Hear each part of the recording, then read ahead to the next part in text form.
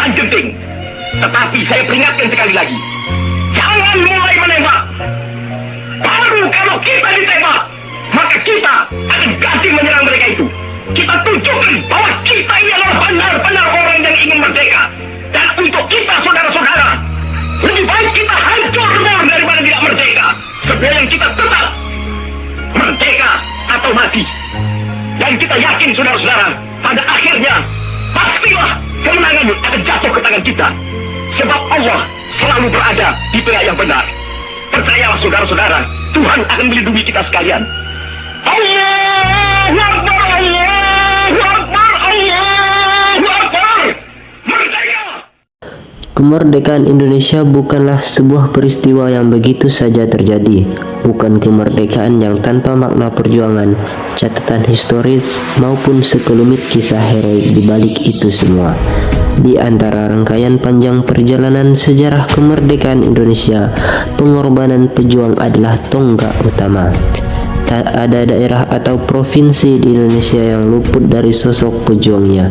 Hal itulah yang menjadi kebanggaan sejarah otentik kemerdekaan Indonesia.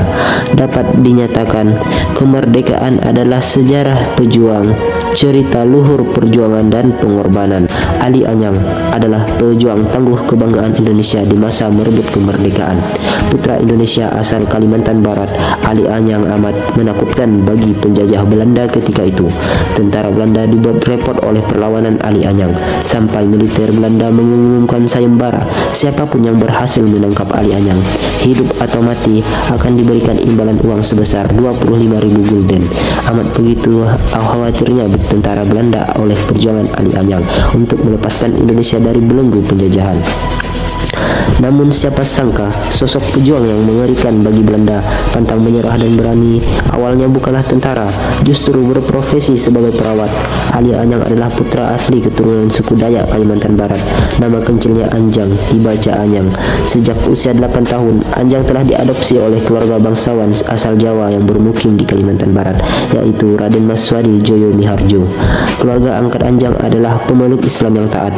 Anjang ketika diadopsi masih beragama non-Muslim. Setelah itu barulah Anjang berpindah agama menjadi Islam dan menambahkan nama baru Muhammad Ali Anyang. Ali Anyang lahir di Sintang, Kalimantan Barat 20 Oktober 1920. Tempat kelahirannya memang menjadi pemukiman mayoritas suku Dayak di desa Nanga Mananta. Ali Anyang lahir dari pasangan bakak yang merupakan ayahnya dan Liang adalah ibunya.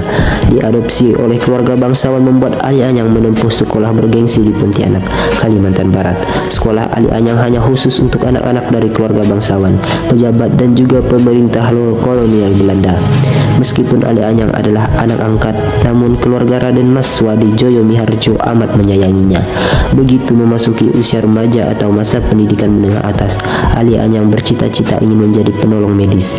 Ali Anyang yang telah beranjak remaja memiliki kepedulian sosial tinggi. Dirinya suka membantu orang yang mengalami sakit dan sulit mendapatkan pertolongan medis. Lantas, Ali Anyang menyampaikan keinginannya itu ke ayah angkatnya, bercita-cita menjadi penolong medis. Cita-cita Ali Anyang disambut positif oleh Raden Maswadi Joyo Miharjo. Ali Anyang kemudian disekolahkan ayah angkatnya ke sekolah juru rawat medis di Semarang, Jawa Tengah. Sekolah Ali Anyang di Semarang adalah tempat pendidikan bergengsi. Tetap hanya anak bangsawan dan pemerintah Belanda yang boleh belajar di situ.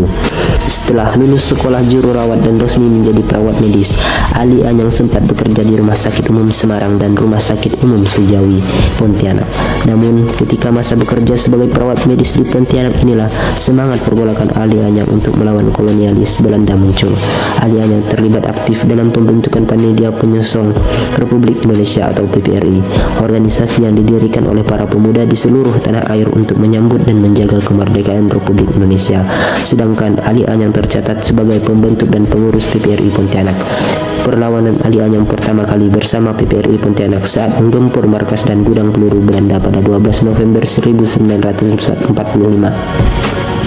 Semangat Ali Anyang untuk bertempur melawan tentara Belanda tumbuh saat mengetahui pasukan militer Australia yang diboncengi Nika mendarat di Pontianak pada 29 September 1945 dan langsung mengambil alih kekuasaan di Kalimantan Barat. Belanda dan sekutunya mengkhianati kemerdekaan Indonesia yang telah diproklamirkan. Ali Anyang yang perawat media telah berubah menjadi pejuang kemerdekaan dan hebat serta pantang menyerah. Jiwa tempur melawan penjajah Ali Anyang makin bertambah ketika didaulat sebagai komandan pasukan Barisan Pemberontak Republik Indonesia atau BPRI Kalimantan Barat. Selanjutnya Ali Anyang mendirikan Barisan Pemberontak Indonesia atau BPI Kalimantan Barat. Saat memimpin pasukan pejuang, Ali Anyang ditugaskan melakukan serangan ke tentara Belanda dan sekutunya di wilayah Pontianak, Mempawah, Singkawang, Sambas, dan Bengkayang. Ketika pertempuran di Bengkayang, Ali Anyang berhasil mengejutkan tentara Belanda sebab menyerang secara mendadak. Markas tentara Belanda di Bengkayang luluh lantak.